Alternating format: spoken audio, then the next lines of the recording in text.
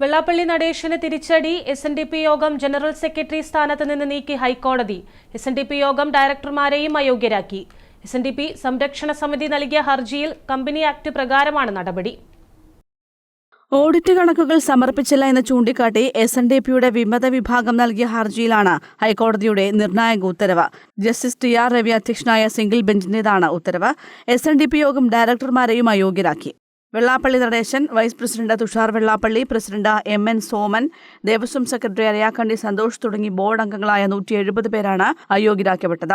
Non trading കമ്പനികളായ SNDP യോഗം തുടർച്ചയായി 3 വർഷം രജിസ്ട്രാർ ഓഫ് കമ്പനിക്ക് തങ്ങളുടെ കണക്കുകൾ ഹാജരാക്കിയില്ല. ഇങ്ങനെ നൽകിയില്ലെങ്കിൽ അയോഗ്യതയ്ക്ക് കാരണമാകും. ഇത് ചൂണ്ടിക്കാട്ടിയാണ് ഹൈക്കോടതി വെള്ളാപ്പള്ളിയെ സ്ഥാനത്ത് നിന്ന് നീക്കാൻ ഉത്തരവിട്ടത്. News desk, Kannur vision.